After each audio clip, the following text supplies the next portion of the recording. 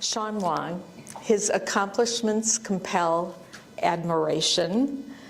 His legendary sensibility draws us closer together. He has a clear-cut view of what values are at stake and an inimitable sense of humor, legendarily so, generous humor that delivers things, if you know him, right across the base. Shawn's going to speak tonight about DEI, of course, diversity, equity, and inclusion, which reminds us all, I hope, that the University of Washington sits on the lands of the Coast Salish people. So a word about the Katz lectures. As many of you know, Solomon Katz, who inspired this lecture series, was a renowned scholar of Byzantine history. He was a member of our Department of History, a remarkable department. He was also Dean of the College of Arts and Sciences, and he served many, many, many other roles at the university. The purpose of the Katz lectures is to underline the vitality and the importance of the humanities, to see the humanities embodied, as it were, in people, in books, in thought, and in conversation. The humanities, if you will, as our collective autobiography, and we're going to hear a little bit about autobiography tonight. The occasion of the Katz lectures also allows us to share gratitude, and that allows me to thank the superb Simpson Center staff, Caitlin Palo, C.R. Grimmer, right here, manning the camera, which means, by the way, CR,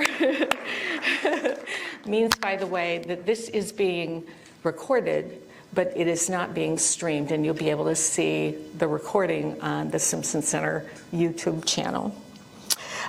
Also, Kalia Walker, Julia Stovering, and Rachel Artiaga for all their work in orchestrating this evening. I love this audience. You're wonderful. You're very appreciative. Excellent, excellent. So this is the way we've planned our time together. Shawn will speak for about 30 minutes, 35 minutes or so, and then we will invite Ed Taylor, who is our wonderful Vice Provost and Dean of Undergraduate Academic Affairs, in conversation for about 25 minutes, and then we'll open it up to the audience and conclude by 8:30. But first, I heard a wonderful rumor that we have a regent in the audience. Constance Rice, yes? I know you're in the dark, but please stand up. Thank you. We so appreciate the work that you do. And second, allow me to thank Doug Ishii, who's Assistant Professor of English here and is finishing up a book on African American arts criticism and himself has written about diversity. I'm thanking him for nominating Shawn Wong to be our Katz Distinguished Lecturer from the UW faculty this year. It was a nomination that was acclaimed, endorsed, warmly underscored by all of the members of the Simpson Center Executive Board, to thank them as well. So, Doug, please, thank you.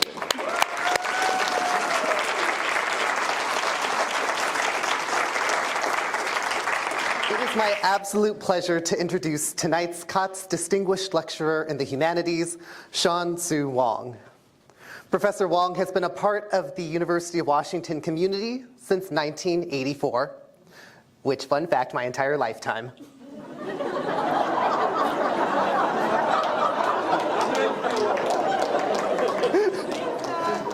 He has held numerous appointments, including Director of the University Honors Program, Chair of the Department of English, and Director of the Creative Writing Program. He is currently a Byron and Alice Lockwood Professor in the Humanities in the Department of English, where he teaches creative writing, screenwriting, and Asian American literature, a field that exists in no small part due to his activism when he was a college student in the 1970s. Together with the three other writer activists of the Combined Asian Resources Project, or CARP, Professor Wong published Aiiieeeee, an anthology of Asian American writers, in 1974, over a century after the first migrations, one of the first volumes of Asian American writing. Its introductory essay, with its loud polemics and its politically engaged definition of Asian American literature, remains widely taught. You can just ask my undergraduate classes. Karp also acquired the rights to John Okada's 1957 novel, No Boy, after its initial printing met lackluster sales and an outcry from the Japanese American community, still hurting from their unjust incarceration during World War II and anxious about their depiction in the novel. No Boy is now taught as the Asian American historical novel, which we would not have without Professor Wong's commitment to getting things done. In 2019, Professor Wong took to social media to hold accountable Penguin Classics, who had republished No Boy without the consent of the author's estate. As a result, Professor Wong and Karp became the subject of Hua Xu's December 2019 story in The New Yorker, The Canon Breakers, and he received the 2021 Stand-Up Award from the Association of University Presses. Professor Wong is now a series editor with the University of Washington Press, reissuing significant works in Asian American literature to keep our expressive tradition in circulation. Professor Wong remains a literary activist as he enters the final stages of publishing his long-awaited third novel. His first novel, Homebase, was in 1979 one of the first literary treatments of the US territory of Guam. His second, in 1995, American Knees, is one of the first novels to capture the shifts in how we talk about race in what we now call diversity, as well as one of the first about multiracial Asian Americans amidst the mixed race movement. Professor Wong's creative works are suffused with a humor about the everydayness of social difference and human drama through complex interior voice. Professor Wong is also faculty with the Red Badge Project, helping veterans share their lives through writing, and has edited and co-edited 5 other anthologies dedicated to lifting up Asian American, Black, Latino, Latinx, and Native American writing. As someone with a thought about every Asian American novel, a living record of Asian American studies as it enters its 4th generation of scholars and activists, and a storyteller through and through, Professor Wong exemplifies the interdisciplinary, public-facing, humanistic values of the Katz lecture series. So everyone, please join me in welcoming Shawn Wong.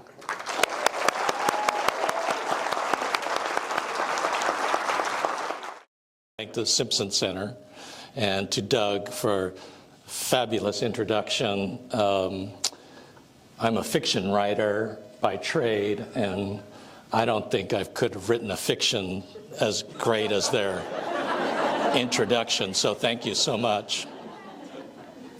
I'm going to try tonight to prove some of that true, but some of it will have to remain a fiction.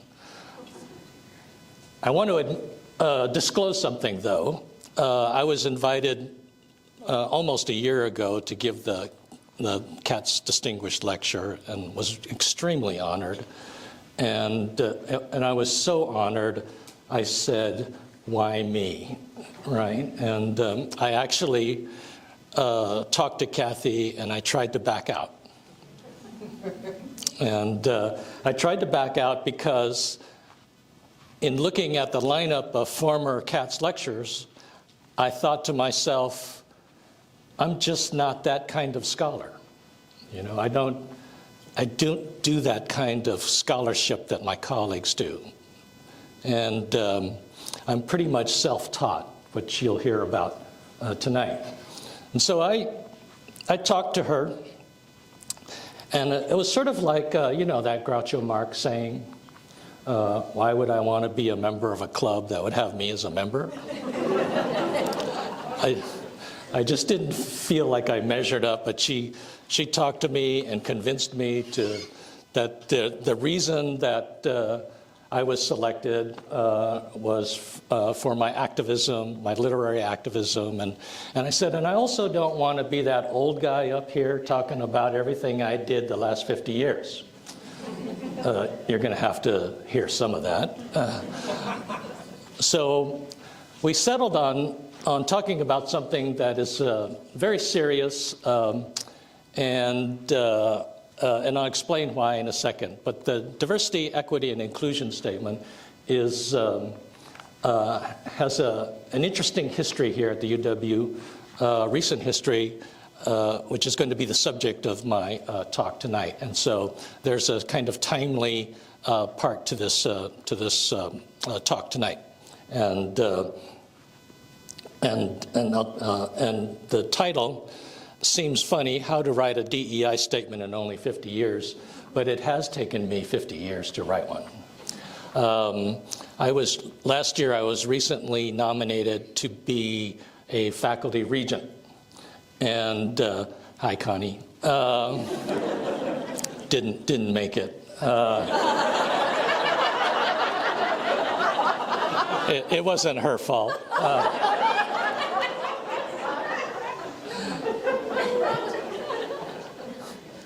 Although that's kind of funny.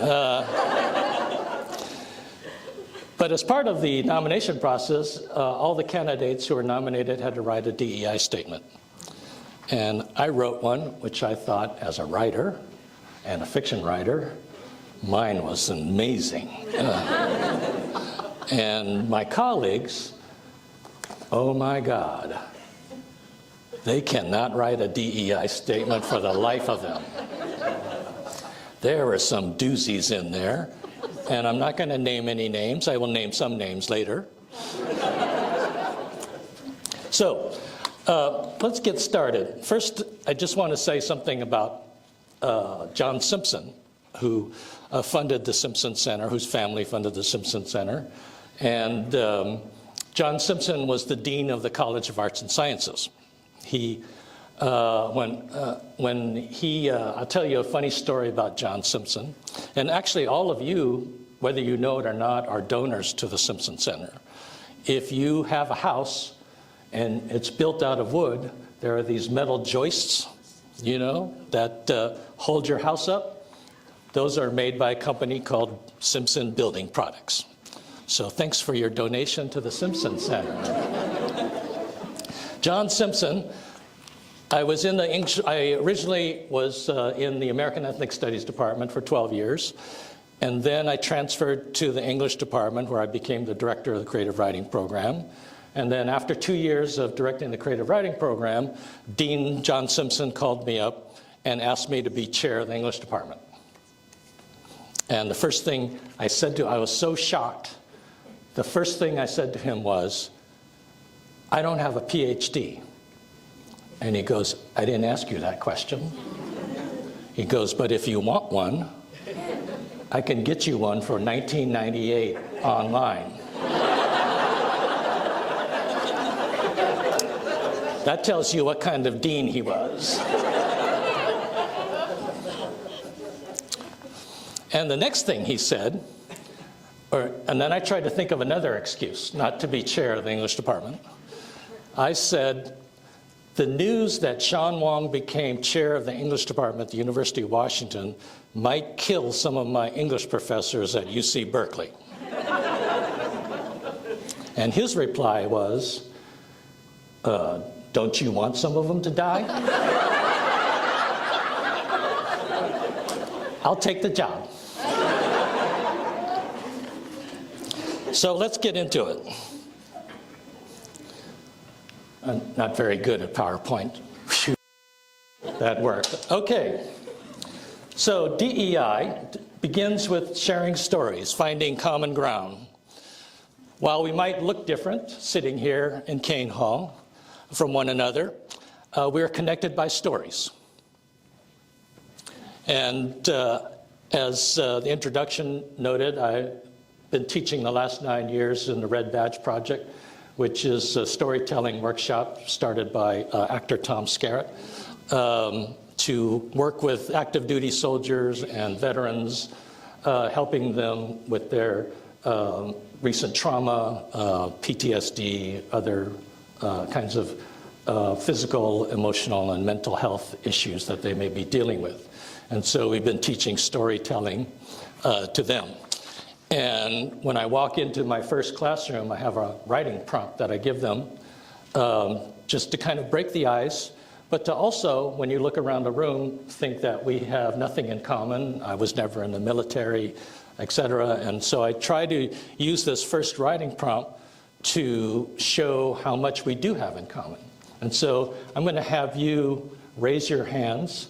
Like many young people my age, when we were young, we went to work. And we had a lot of jobs. And we worked at a very young age sometimes. And so one of my writing prompt questions was, write down a list of every job you had before the age of 25. And so I'm going to read every job I had before I was 25 years old. And I would like you to raise your hand if you ever had one of these jobs, right? And then keep your hand raised. My list goes like this. There are 17 jobs before I turned 25. My list goes like this. Babysitter. Keep your hands raised. 50 cents an hour. Some of you, I know, got paid more than that. Newspaper delivery boy. Mine was the Berkeley Daily Gazette. Swimming instructor. Lifeguard. Florist. Oh, I didn't know that. Delivery driver. Gas station attendant.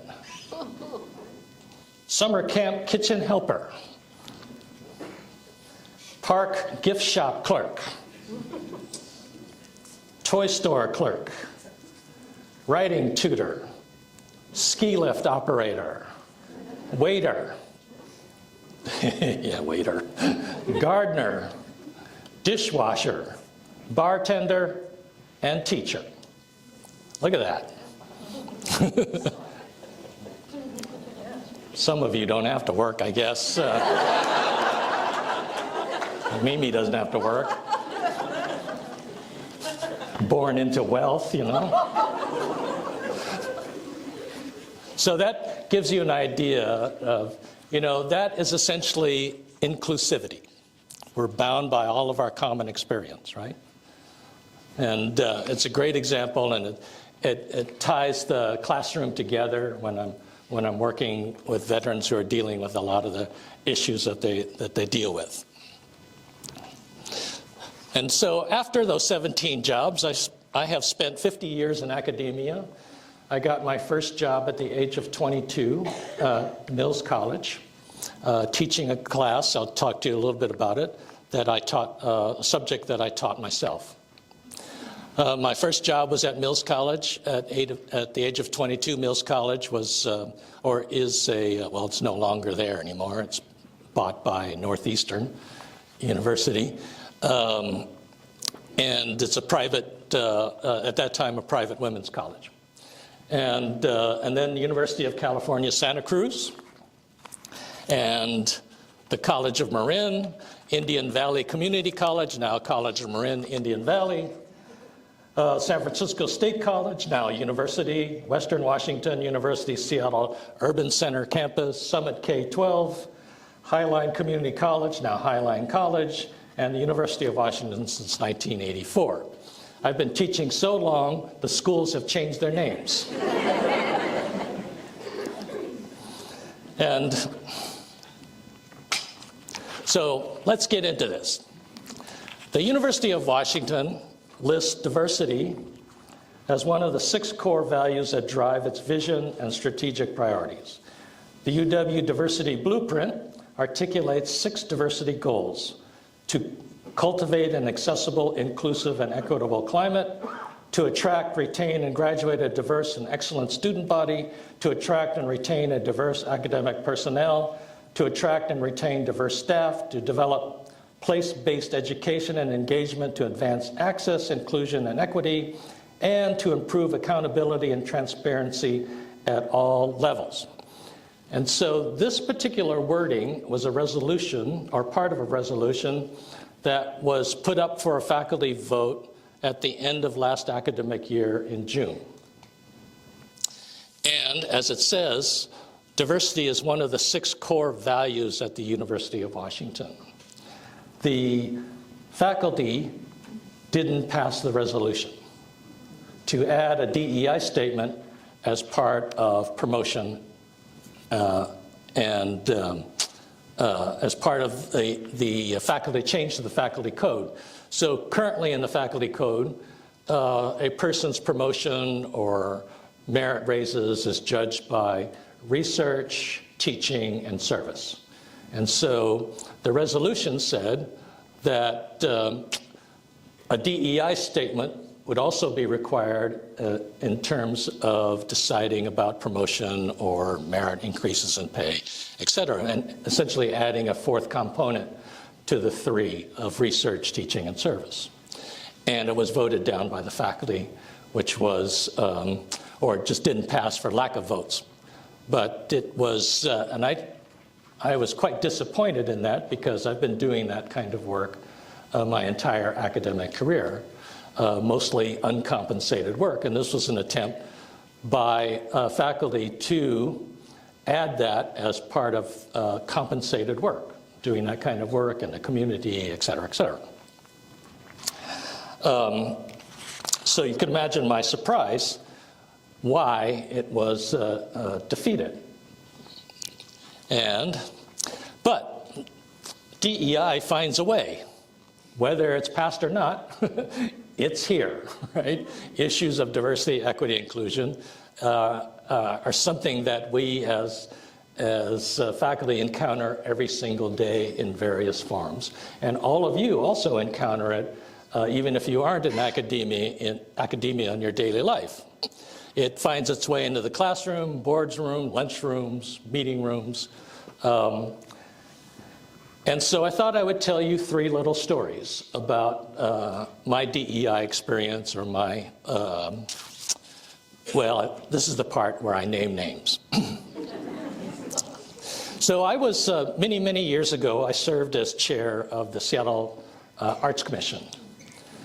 And I was invited to a large, I was invited by an insurance executive to have lunch and talk about art in Seattle. I won't mention the name of the insurance company because that would be rude. But I have a picture of a baseball stadium here just because it's Seattle. So we were on our way to the executive lunchroom. And this particular insurance company, okay, it's Safeco, have a huge art collection of Northwest artists. And we were walking down the hall, and I would pass one painting, and I would go, oh, that's a Mark Tobey, right? And the gentleman would walk up to the little card and go, you're right. You know, we walked past this thing, and I go, oh, that's a Patty Warashina. You know, she's a UW art professor. And he looks over and goes, you're right. Of course I'm right, you know. And then we walk a little farther, you know, and I go, that's Paul Horiuchi. And he goes over to the wall and I'm like, you're right. You know? And he goes, have you been here before? I go, no. These are famous Northwest artists. And we kept walking, and he had never looked at the names on the wall of this priceless art collection. He had never looked at them, and he was startled that I knew all these artists. I was chair of the Seattle Arts Commission. So we're having lunch, and we're talking about art. My job is to talk about art there. And while we're eating lunch in the executive lunchroom, he suddenly says to me, Shawn, how long have you been in this country? I'm going, what? I just want to eat lunch. I don't want to have to answer this question. What happened to lunch and art? And so at the time, I answered my age.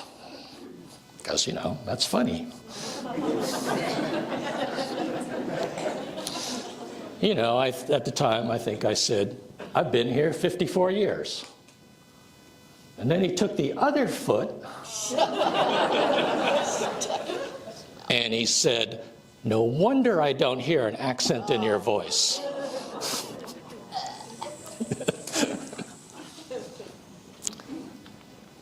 So the thing about writers is that we love revenge. So one day, Seattle Times opinion page editor asked me if I'd be interested in writing an op-ed. And so I did. And this was many years after that event. And I get a call in my office the very next day my op-ed came out. And this woman says, I'm so-and-so, I'm the diversity officer at this unnamed insurance company. What is the name of that gentleman you mentioned in your article? I said, you know, I honestly can't remember. It was a long time ago. And she said,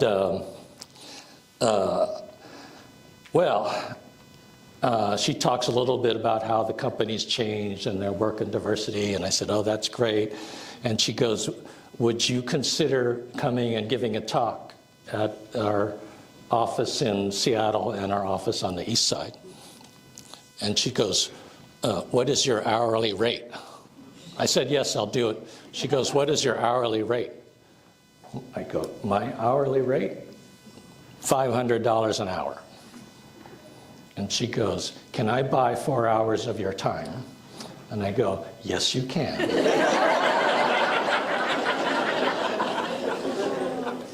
So that's one way DEI works.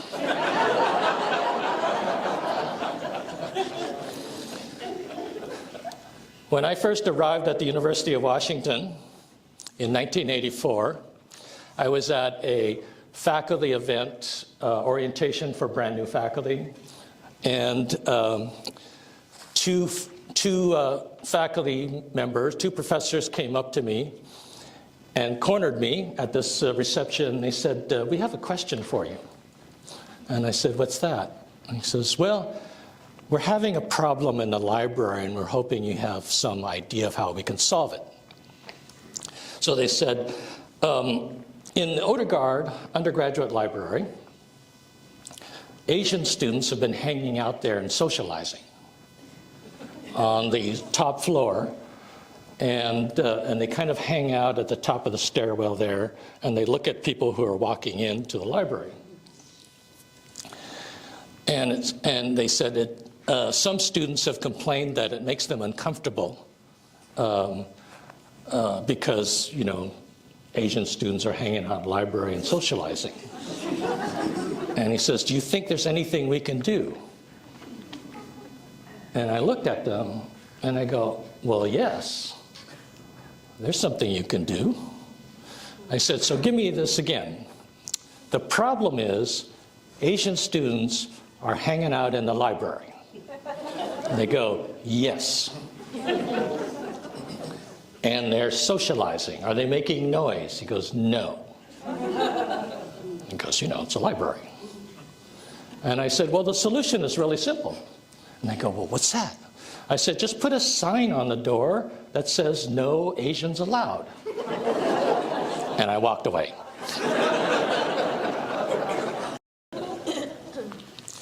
Story number 2. Shortly after I arrived at the University of Washington, I was assigned to this committee called the Discipline Committee. And it dealt with students who had violated student code or caught cheating, things like that. So this one young Asian student had been caught cheating, and there's no doubt that he cheated. He was in a class of about 400 students, a science class, about 400 students, and he submitted his blue book, 8-page blue book, to have it regraded because the student claimed that one of the answers that he wrote down was correct and that the professor had not given him credit for a correct answer.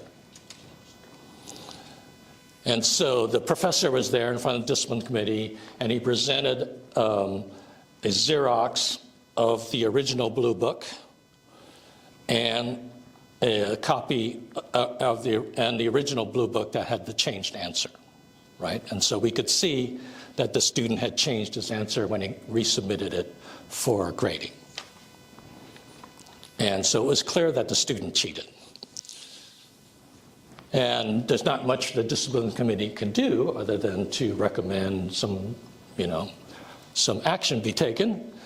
But I had one question for the professor, and I said, so how many students are in this class? He says 400. And I said, this Blue Book is 8 pages long? He goes, correct. I said, do you Xerox all the Blue Books of all 400 students? He goes, no, only the Asian ones. And I remember standing up from my chair at the conference table, and I said, why? And he said, because cheating is part of their culture. He said this to me. And the vice president of student affairs, who was in charge of our committee, stood up and said, Shawn, I got this. He goes, I got it. I promise you, I got it. And he says, let's take a break. So one of the things I have to say at this point is that I love the University of Washington. And I'm saying that not out of any kind of sarcasm, but my career here has been charmed from the very beginning. I've been able to be on the faculty of 3 different departments, American Ethnic Studies, English, and Cinema and Media Studies. I've been given the opportunity to teach at the UW Rome Center, which is a tremendous sacrifice on my part. So much so that I've had to make that sacrifice 16 times. And I know that university and its work in DEI has come a long way since those early days. And we will talk a little bit about that in a second. I want to backtrack a little bit. And I went to UC Berkeley. I was born in Oakland and raised in Berkeley. Both of my parents here, my father and my mother, were both students at Berkeley. My father was a graduate student in civil engineering at Berkeley, and my mother was an art student at Berkeley. They were both Chinese immigrants that came over from China in the late 40s, and when communists took over China in 1949, they were allowed to stay in the U.S. My father died when I was 7, at the age of 40, and my mother died when I was 15, at the age of 40, or 3 days before her 40th birthday. And so when I went to the University of California at Berkeley, I wanted to be a writer. Right? That was my goal. I wanted to be a writer so that I could tell their story. Right? And so I went off to Berkeley, or I went to San Francisco State first because I wanted to move away from home, but not too far. And then I went back to Berkeley. I transferred back to Berkeley because Berkeley recruited me to go there. And you won't believe this, as another part of DEI. Asians were an underrepresented minority then at Berkeley. We only accounted for 6% of the student body. And so Berkeley recruited me to go there and paid for my tuition, gave me a scholarship, paid for my tuition, which of course was the ungodly amount of $90 a quarter. San Francisco State's tuition was only $50.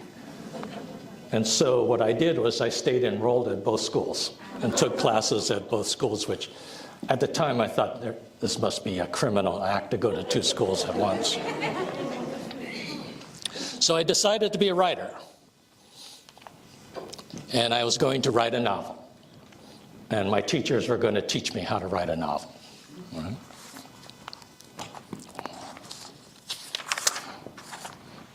And I soon discovered, as an English major, someone was going to tell me who belongs in American literature. So, the day I decided to become a writer, I also realized that I was the only Asian American writer I knew in the world. No teacher had ever mentioned the name of an Asian American writer. No teacher had ever assigned a book by an Asian American writer. And so I went to make a long story short, I went to my American literature professor, and I said to my American literature professor, I want to read Asian American literature. And he told me, there isn't any. I was like, what? I go, I know Chinese have been in this country 150 years. We built the railroad. Somebody wrote a poem. You know? Some guy out there with a pickaxe working on Donner Summit in the winter wrote a poem. And so I didn't believe him. And guess what? All you needed was a library card in order to find them. So I went to this thing in the Berkeley Library. Most of you don't know what this is. It's called a card catalog. Actually, most of you do, I see, know what a card catalog is.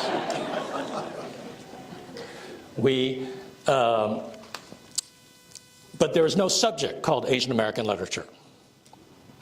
And so there's Asian literature, but there's Chinese literature, Japanese literature, but no Asian American literature. And so what do? I thought of every Asian name I could think of and looked them up in the card catalog, right, in order to find them.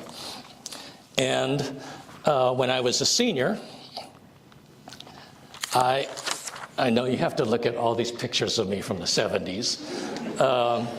When I was a senior, my friends, I've met other young Asian American writers, Frank Chin at the bottom there, Lawson Inada, and Jeff Chan over on the left, and that's Jeff Chan's daughter. And of course, that's me looking tough in the Pendleton shirt.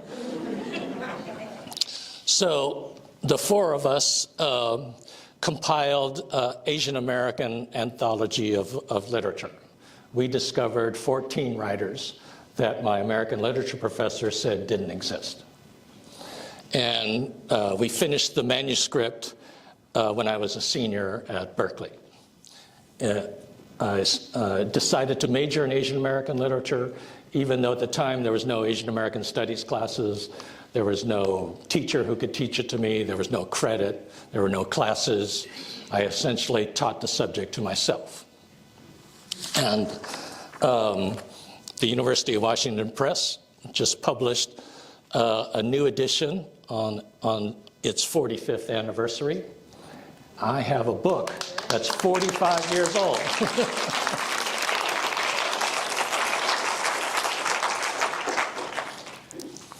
Again, something older than Doug.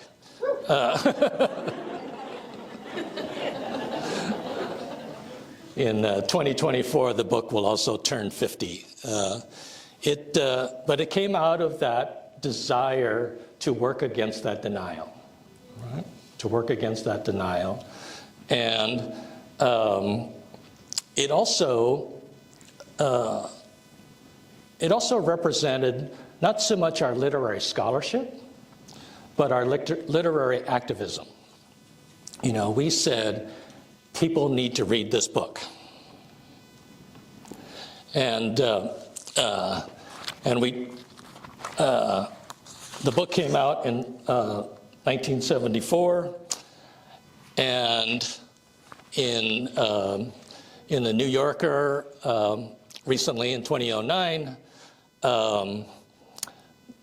the writer in the article gave us credit essentially for naming the canon of Asian American literature back in 1974. And so the English professor who said that our literature didn't exist now we found out that what he didn't know was that there was a literary canon out there, and one of his students discovered it. We also tried to get people to read neglected and forgotten works of literature, as mentioned in the introduction. One was No No Boy by John Okada that had only sold 1,500 copies. And it's a novel many of you are familiar with, I think. It takes place in Seattle. And when nobody would publish it, we decided, the four of us decided to publish it ourselves and bring it out. And I sold copies out of the trunk of my '66 Mustang. We were able to sell 2 printings of 3,000 each. And the UW Press now publishes No No Boy, and has sold in excess of about 180,000 copies of the book. It's a great success story, and the activism that I started as a young undergraduate still continues to this day. I just started my own book series, aptly named Shawn Wong Books, and I've been trying to bring back into print classic works of Asian American literature, so that as an Asian American writer, I'm also responsible for the presence of my own literary history, and also to educate an audience to Asian American literature. And so this was our first book that we published a few years ago, Eat a Bowl of Tea, about New York's Chinatown, published in 1961 by Louis Chu. It was also made into a movie. The second book is Awake in the River and Shedding Silence, 2 volumes of poetry by pioneering Japanese-American poet Janice Mirikitani, who recently passed away last year. And she's, both of these books were out of print for many, many years. And we published a new book, Uncle Rico's Encore, Mostly True Stories of Filipino Seattle by Peter Bacho, former UW professor. And we're about to announce our 4th book, which will be a book by pioneering Asian American lesbian author Willis Kim. And that'll be really exciting, continuing that legacy of that kind of activism that I have been so fortunate to be a part of. Thank you so much.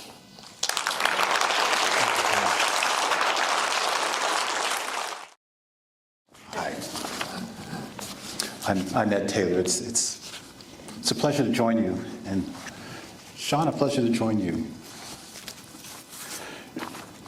Uh-oh. Yeah. I asked you, Shawn, if you've read Homebase lately, and you said no. Why would I do that? I'm going to tell you why I would do it.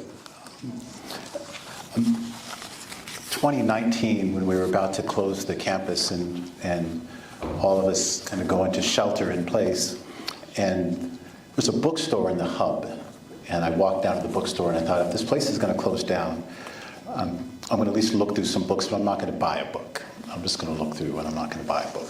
So I walked in and there was Homebase in this picture that I presume is you. Yeah. That's you.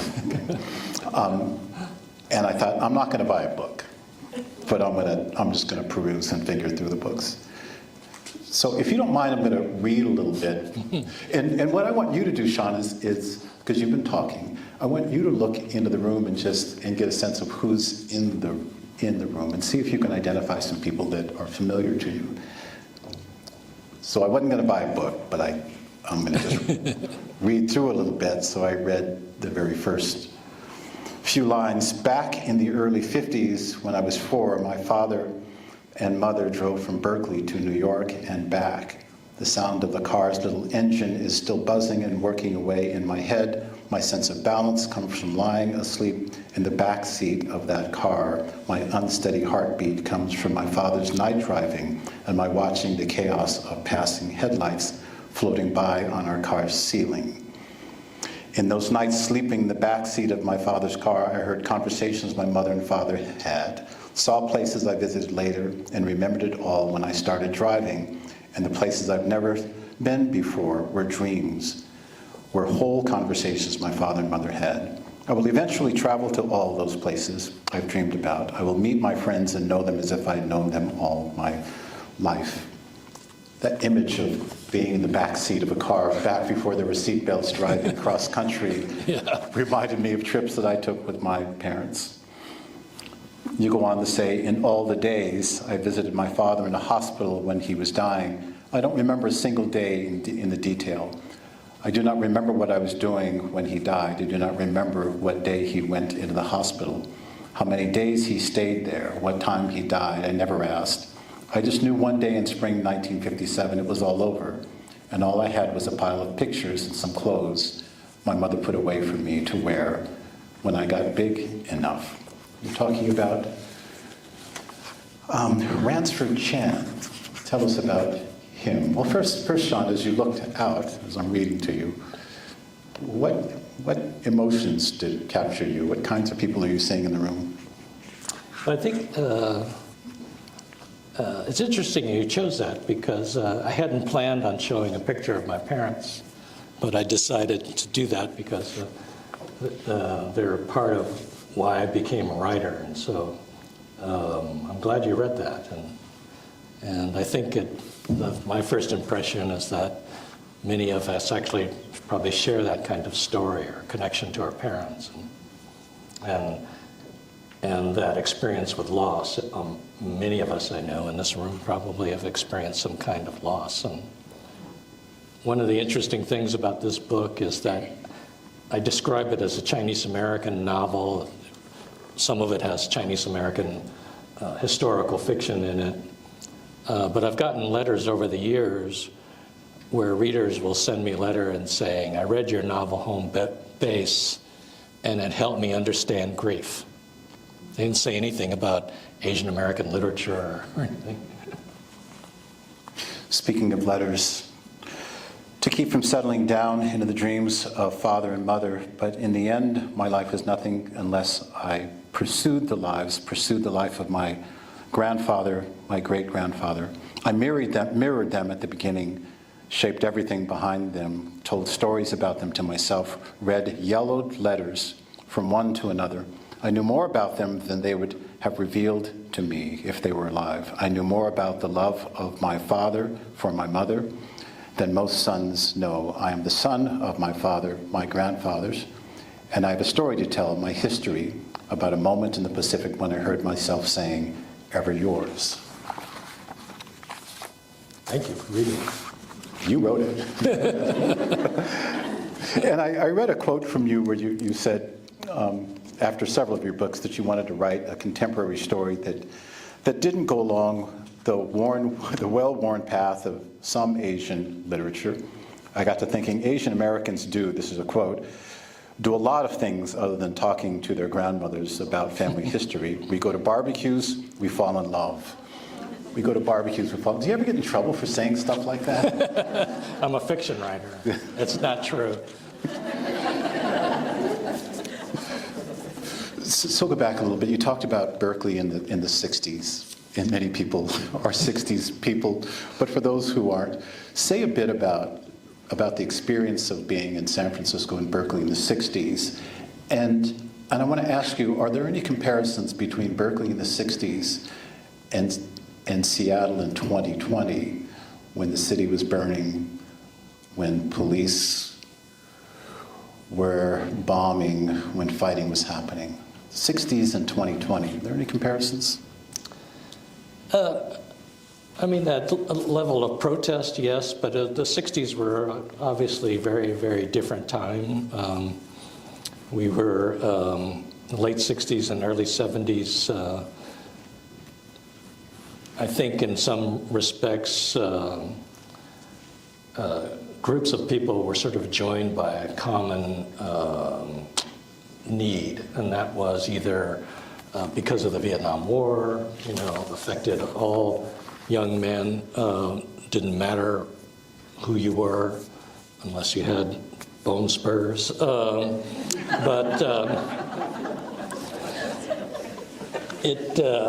And I think certainly on the college campus, we were pretty much all joined together in a kind of mutual endeavor to make the world, as we thought, better and more relevant, right? So for example, my graduation ceremony in 1971 at Berkeley was canceled due to lack of participation. Students said it wasn't relevant. So nobody would show up, and so they canceled it. And so I think that was really the driving force that, you know, we had to, everything we sort of did had to find relevance in some way. And that's why, at least for myself, the work on the anthology was really a necessary, it wasn't an academic project, it was a necessary project to make my voice heard. And to make the voice heard of the older generation of writers whose work had been neglected and left in obscurity. You found your mentor at Berkeley. Tell us who mentored you while you were a fledgling student. My mentor was Kay Boyle at San Francisco State. Remember, I went to 2 schools at once. Kay Boyle was a writer in her 60s who had been a writer in Paris in the 1920s. And when I graduated from Berkeley, I went to the graduate program at San Francisco State in creative writing. I entered as a poet, and about 2 years into the program, my teacher, Kay, came to me and said, maybe you should change to fiction, which tells you something about my poetry. And and the other interesting thing is that I moved into her house when I was a graduate student. She lived in a 4-story Victorian mansion in the Haight-Ashbury district in San Francisco. Who wouldn't want to live there in the 70s? And she rented out rooms in her house to people, and I was the only student there. And she lived in her own separate apartment upstairs. And one day, I remember I came home and I was sorting out the mail for the residents in the building. And I had put down my books from class on the foyer foyer table. And she had come down from her apartment to check the mail. And she looks down at the Dubliners, top book, and she says, "Oh, you're reading Jim's book." I go, "Jim? You mean Jim Joyce?" And she goes, "Yeah, you know, we knew each other in Paris." Like, oh boy. And she goes, "Down in the basement, there's a filing cabinet and there's letters from him in there. Feel free to go through those." Right? And then I go down there, there's letters from William Carlos Williams, there's a lot of letters from Samuel Beckett. In fact, Beckett used to write all the time. He would send postcards and I would read them, you know. Like one time he sent a postcard and all it said was, "Nixon for president? Are you people crazy? Love, Sam."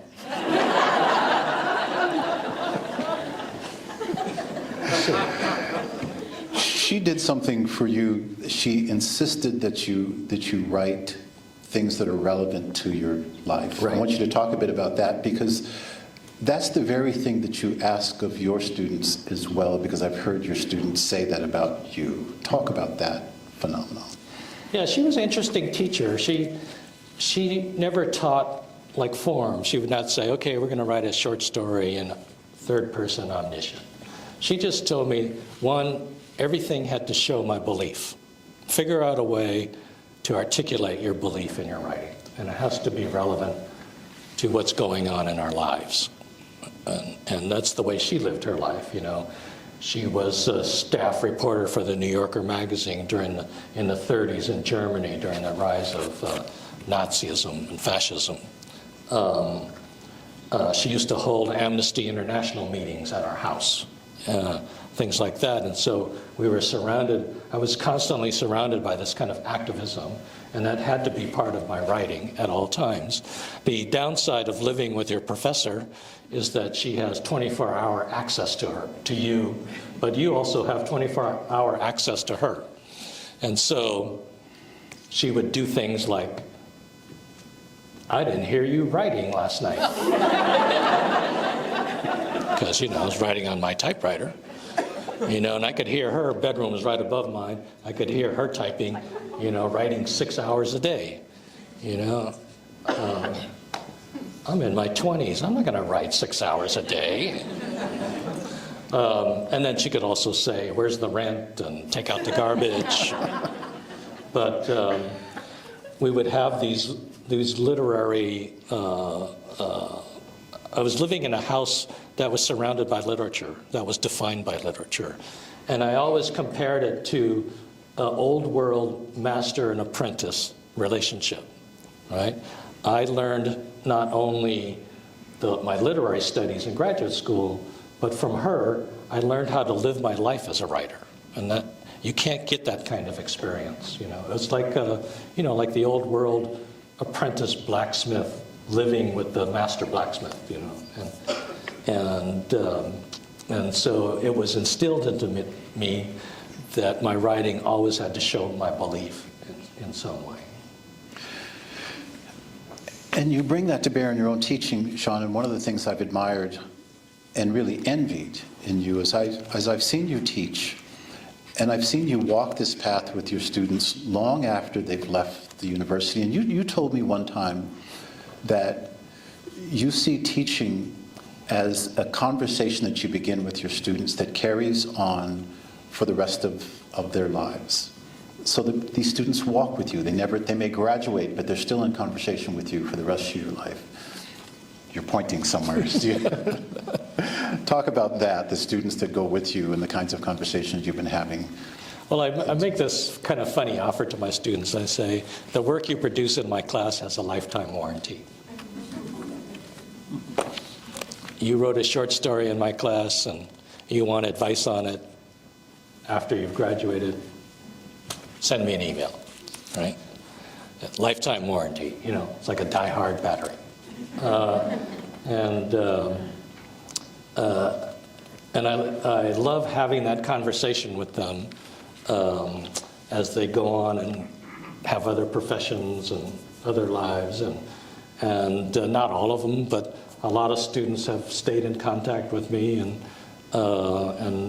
we've shared our lives,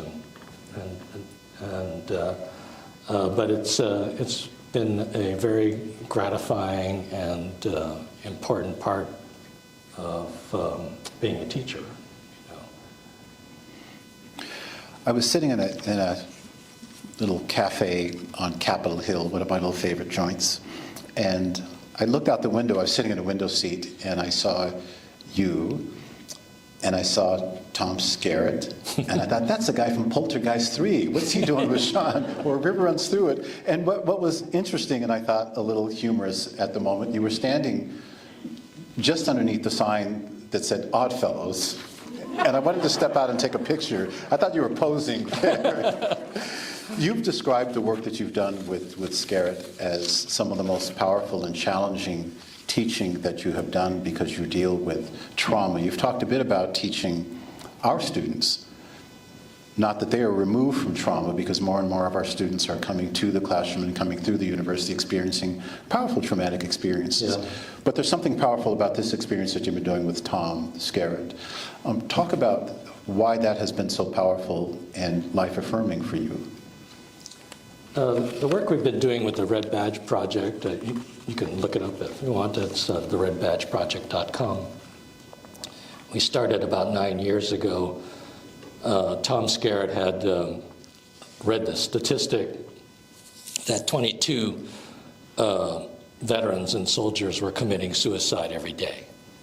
And he goes, we need to do something about this. And one of the things that was mentioned by family members and also soldiers who had attempted suicide was nobody was listening to our story.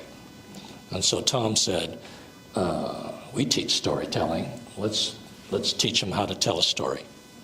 And so, you know, we're dealing with, and one of the interesting things is when you have a movie star as your spokesperson, everybody listens to him.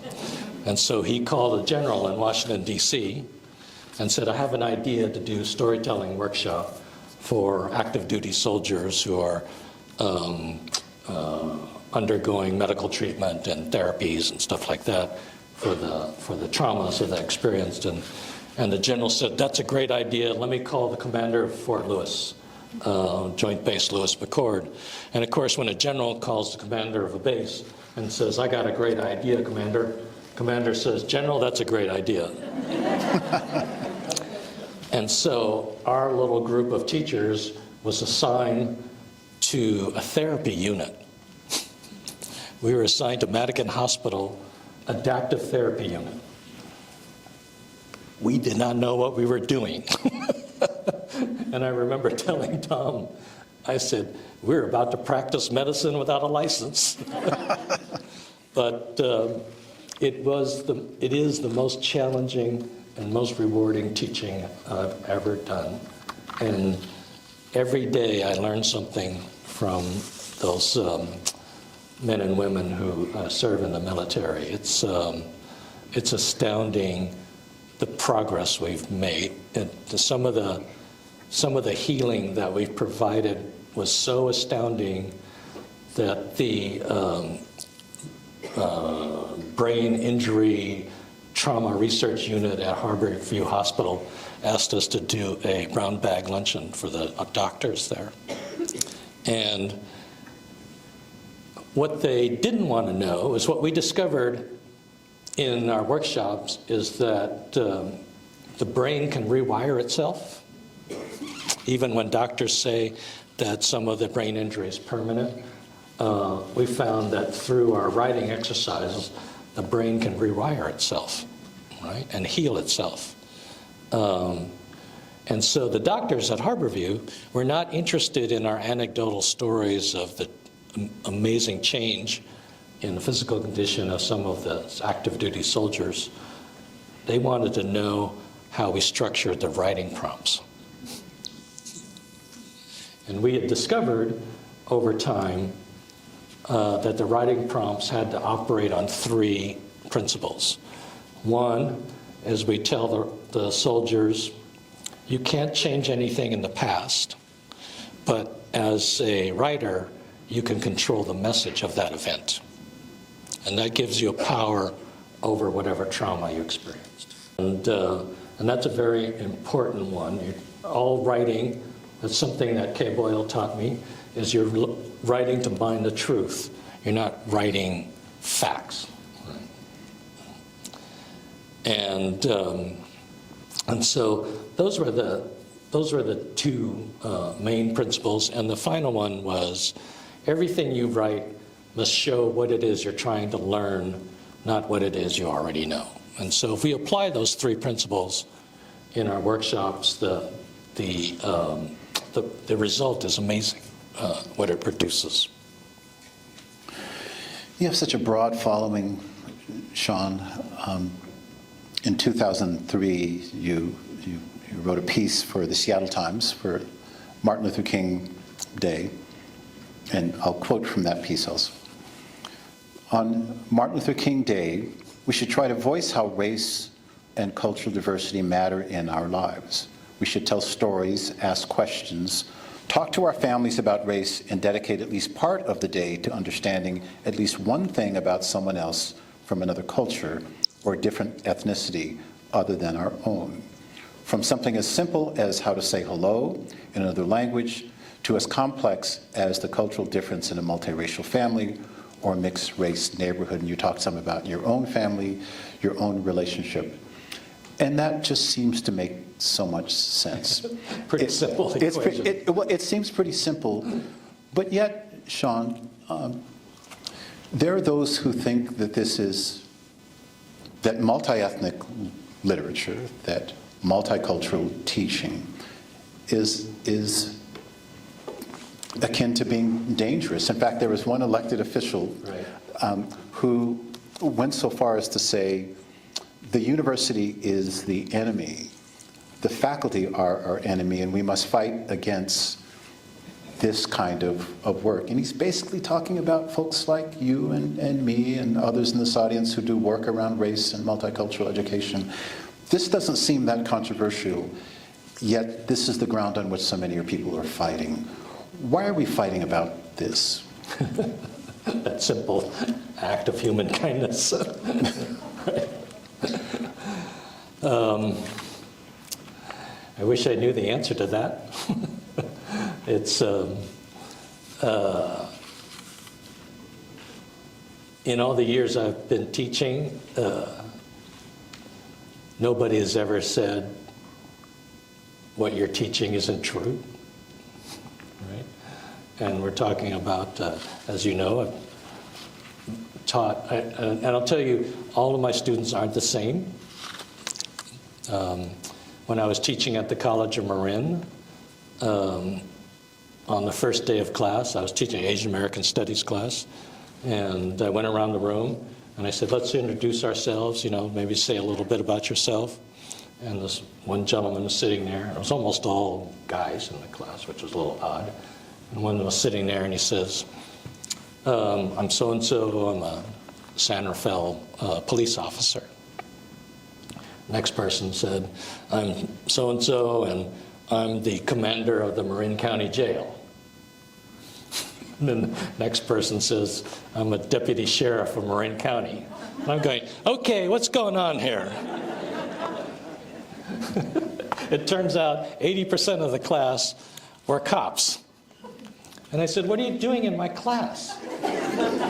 And they're all white. And they said, well, if we take ethnic studies classes, we move up on the pay scale. Pretty simple. Learn something about another person's culture, right? One day I was driving through San Rafael, and police car lights come on in my rearview mirror. Driving my little Beetle, and I pull over. Cop comes over, you know, and I'm like, I wasn't speeding. And he goes, Professor Wong? I look up, and he goes, I can't make it to class tonight. And I thought I would just turn my paper in. I saw you drive by.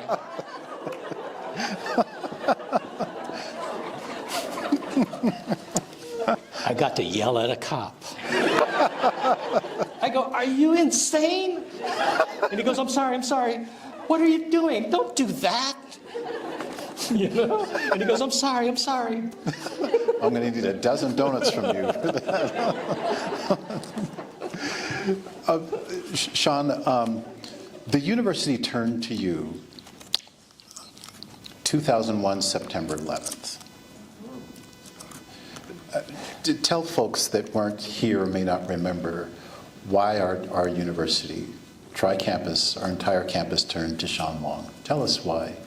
Wow, what a day. So 30 days after 9/11, the university decided to close down and have a day of engagement, it was called, in which the entire university would shut down and use its expertise to help everybody on campus, students, staff, faculty, learn something about the Middle East. You know, let's stop watching the news and figure out what's true. And let's learn something about Islam, let's learn something about the Middle East. But we have experts here, and so we're going to set up one-day seminars and classes all over campus. And I thought, oh my God, students are just going to disappear. You know, a day off, they're going to be gone. Nobody left. One class was so big it had to be moved to the basketball arena. 3,000 people showed up for that class, voluntarily, to learn something about the Middle East, because it was all new to us. And in planning this event, which of course had to be planned within like 2 weeks, Ed's predecessor called me, George Bridges, and said, so the last thing we want to do after this entire day of engagement is to have somebody read a poem to end the day. The last thing. Would you be willing to write one and read it? I'm not going to phone him. What? Me? And I said, okay. Remember, I'm not a poet. We have MacArthur Foundation winners, but they asked me, and it was probably the hardest writing assignment I've ever done. I mean, the emotions were extremely raw still, and I wrote this poem. It's called Calling the Roll. And it was just a poem about me naming the names. I had taught in Rome, and some of my students were still traveling around Europe when 9/11 happened. And I remember essentially calling the roll. Are you there? Where are you? You know, I would call friends in New York, find out where they were, whether they were okay. And so the poem is essentially written in that style of how all of us were involved in calling the roll, not just teachers, but all of us. And that was the poem, and it was in this room. And I remember reading it and stopping and then thanking everybody, and the entire room was silent. I didn't know what happened. And I sat down, and it was an intense moment for everybody, I think. They were silent because Toni Morrison, when she wrote about The Bluest Eye, she said she didn't think the book worked because it touched people that didn't move them. So she wants her work to move people. They were silent because they were moved, not touched. The former provost, Deborah Friedman, said she kept that poem on her refrigerator for years.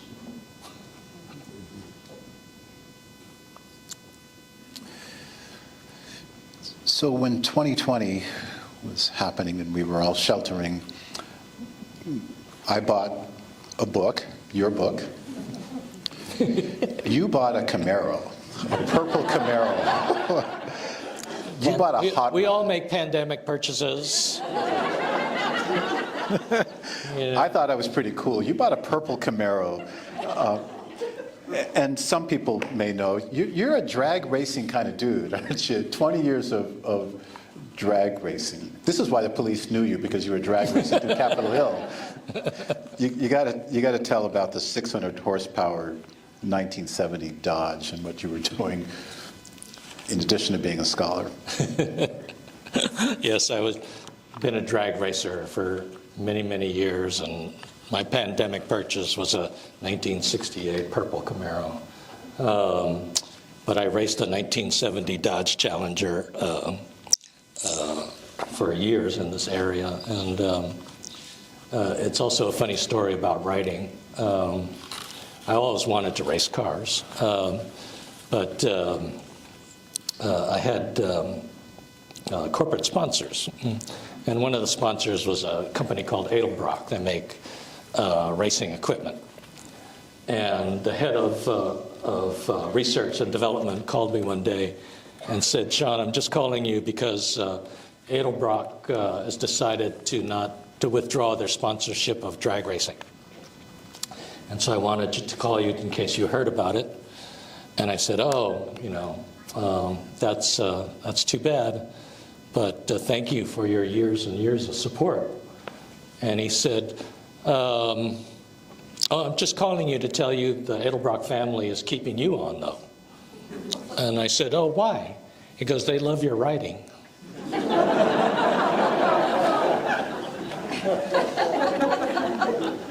Nothing about macho drag racer, you know, got all these trophies, and they like your writing, and they specifically like the letters that you write them about all the different ways you've lost a race. So keep sending those letters. You know, the mental mistakes I've made, the mechanical breakdowns, you know, and I still won some races, but I seem to really like writing the letters where I failed, you know. And being a racer, you know, you find more ways to fail than you find ways to win. And it's a great life lesson, actually. And I used to grade papers in my race car. Because there's a lot of sitting around. I'd be sitting there in my fire suit and my racing harness, and I'd be grading papers, you know, the red pen. And then when it was time for me to race, I'd take the papers and put them behind the seat. And then I would return these papers, and they're like got grease smudge marks on them. They've been flying around the car.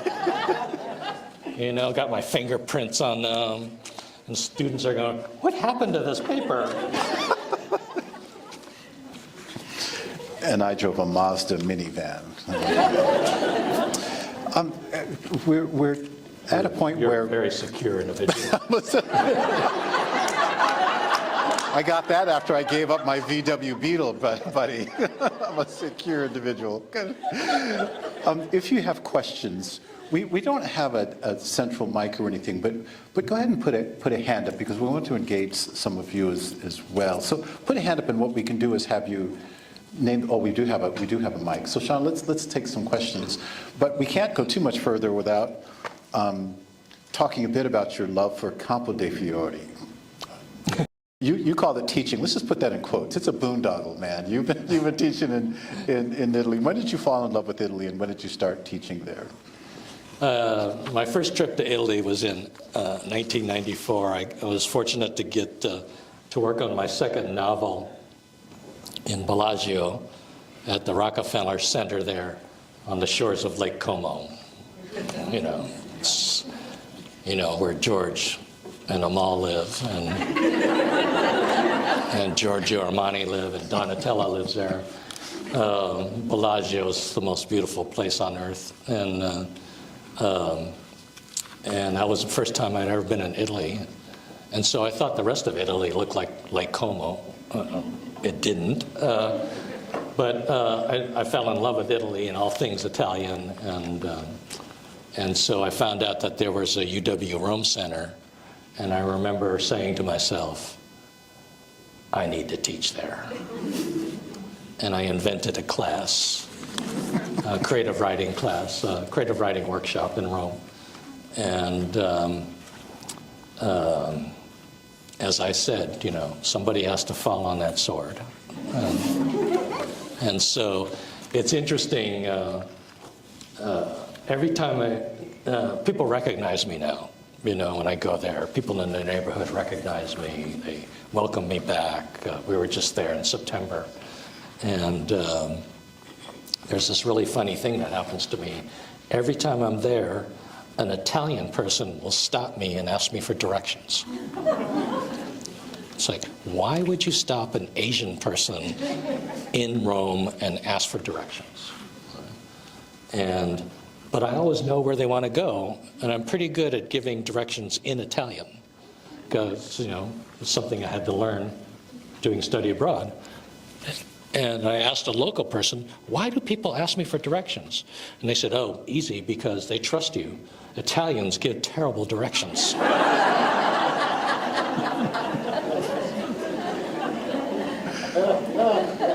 Who has a question for Shawn? We have microphones. Talk about your relationship with Howard University. And I'll repeat the question just for recording's sake. Regent Rice asks, talk about your relationship with Howard University.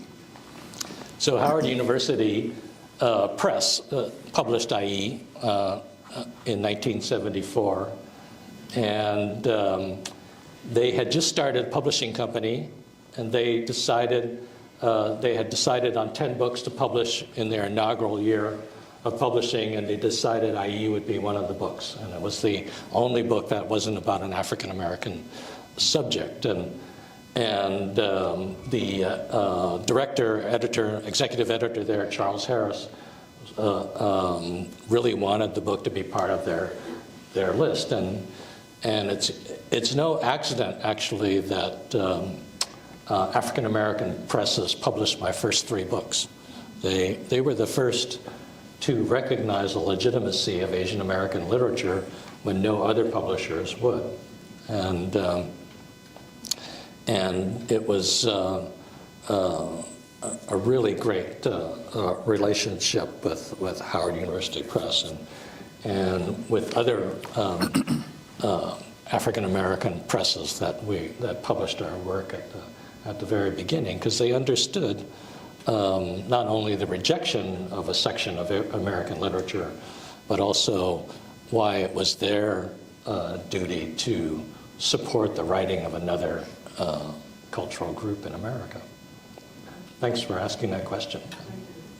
I remember hearing you say that you wrote that book to be read on a beach. American Knees? American Knees. Yeah. It's American Knees. My late wife, Vicki, was battling cancer, and she was in remission, and we were going to go to Hawaii for vacation. And she was looking for something to read. And I remember she saying to me, "Why can't you write a book I can read at the beach?" And I remember telling her, "Oh, you don't think I can write a book, a beach book?" I said, "I'll show you. I'll write you a damn beach book." And so I decided to take on that challenge, and I decided to write a romantic comedy, a romance. I had not read a romance novel since Thomas Hardy. And so I picked up a couple of Gothic romance novels. Oh my God, they are so graphic. Jesus, you know. Nothing happened in Thomas Hardy novels, you know, because there were too many Victorian buttons to unbutton, you know. Took like 6 hours to unbutton a Victorian dress. And by then, you know, I forget it.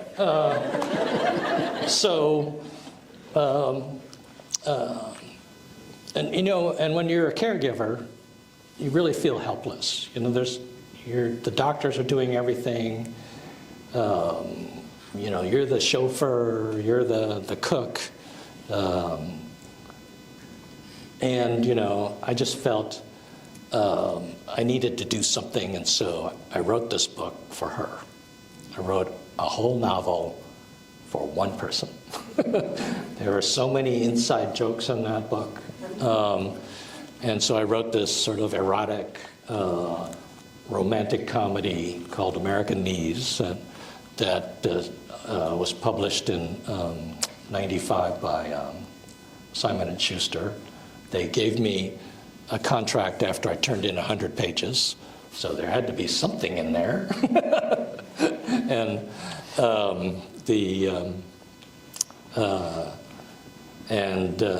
But you know, I was determined to. It was sort of like my first novel. I wrote it for my parents, and so I wrote that book for my late wife Vicki, and she passed away before it was made into a movie.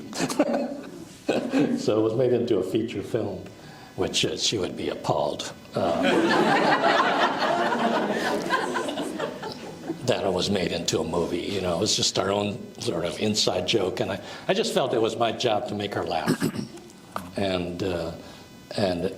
but I also proved her wrong. You know. And as a husband, you know, those situations are very rare, where you can prove your wife wrong. And you can write a beach book. I can write a beach book. I remember one of her friends was flying to Europe, and her husband said to me, "Damn you, Shawn." She goes, "My wife is sitting next to me on a 10-hour transatlantic flight, and she read your book the entire way and didn't put it down until she finished it." See? Beach book. Beach book. What other questions? There's a hand up there. I see a couple of hands here.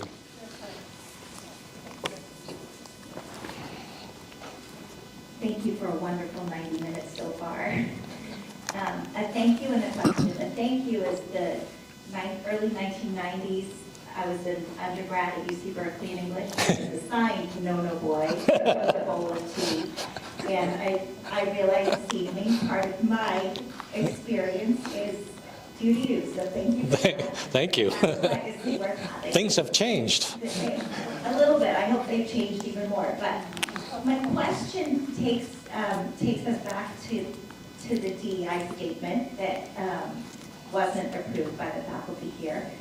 When you showed it up on the screen, I wondered, what is the word retain that was so often in there, like hire and retain, admit and retain?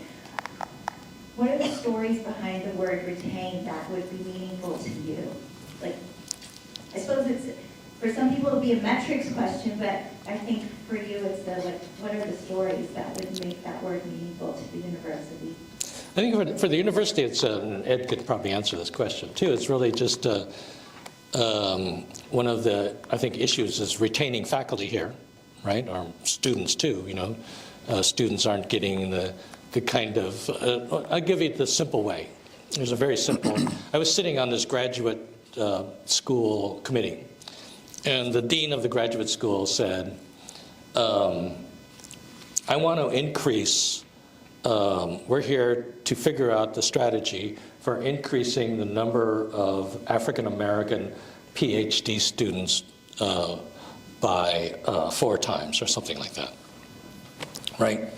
How can we strategize to increase the number of African American PhD students at the university, or, you know, not only recruit but retain? And I raised my hand because I'm a troublemaker. And I said, well, that's a really easy, if you want to increase the number of African American PhD students by 4 times, then you need to increase the number of African American professors by 4 times. Mm-hmm. Mm-hmm. That's it. Do we have to meet any longer?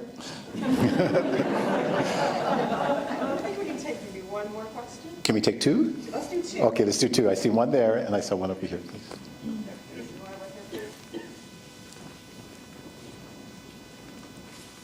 There's the person in the red jacket up there.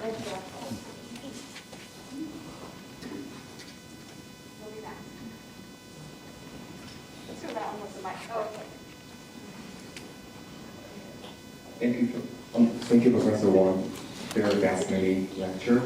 And actually, I came here thinking that I might get some actual advice on writing a thesis.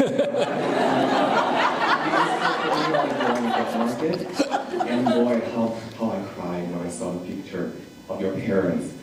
And then I found myself thinking, what do you, like back in the days when your parents came to the States, something like the DEI statement didn't exist, then what do you think like a DEI statement can, like what does it mean for international students, scholars who, I don't know, maybe can come to this country seeking a home but may never be able to find one, and who cannot go back home or probably don't want to go back?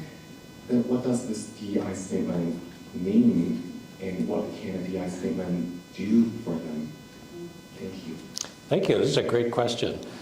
And I think, like my parents, the process of becoming American is the DEI statement. You know, what does it take to become an American?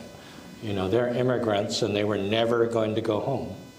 You know, China was closed.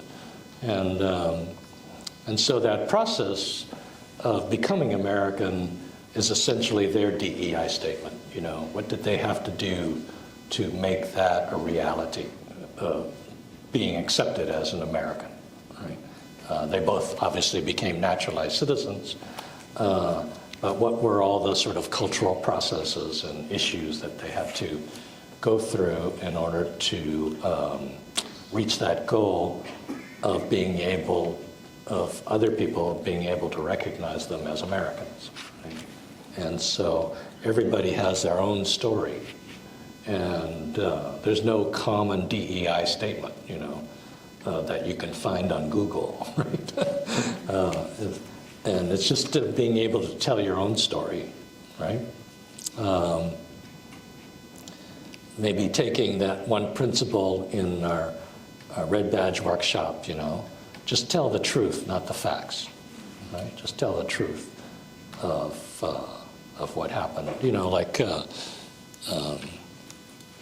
when I was an undergraduate at Berkeley, professor, one of my English professors accused me of plagiarizing an essay on Gulliver's Travels. Right? And I was going to actually act that out here, and that's why this table is up here, but he made me come into his office and he threw the essay on the table and he says, I want you to tell me where you plagiarized this essay from. And I said, I didn't plagiarize it. And he said, yes, you did. I go, no, I didn't. And he goes, I want you to go home and think about it and come back in the morning and tell me the truth.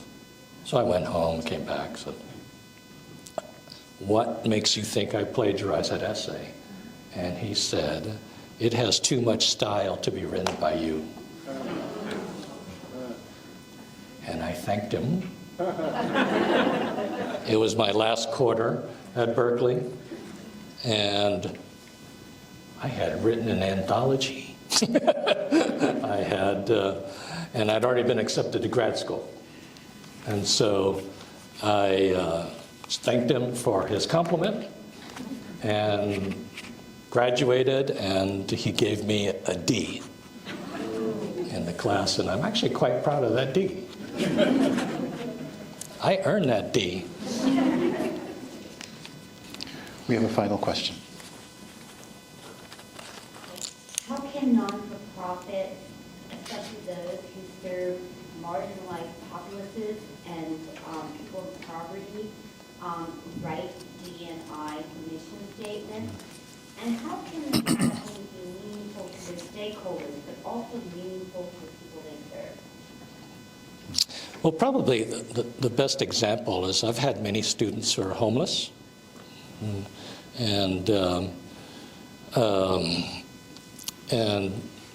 being able to tell their story is really important. And as a teacher, you know, I try to provide that platform for them so that their story can be told, and that it has value, and that other people can learn from their particular story and their particular experience. And one of the interesting things is one of my former students who lost her home while she was an undergraduate is now a school teacher in Washington, D.C. And she often says that having the ability to not hide that story while she was in my class was had great value to her, and it was really important to, it sort of takes that principle of you can't change anything that happened to you in the past, but as a writer you can control the message of that. And she was able to control the message of her situation, you know, as a writer, and not let somebody else tell that story. I hope that answers your question. You have more to write on your DEI statement, Shawn, but I hope at this point, given what we've read to this point, that you can call yourself beloved and feel yourself beloved. Shawn, I'd like you to stay seated for a second, and I'd love for those friends and family and students and colleagues to stand and give a round of applause to Shawn Wong.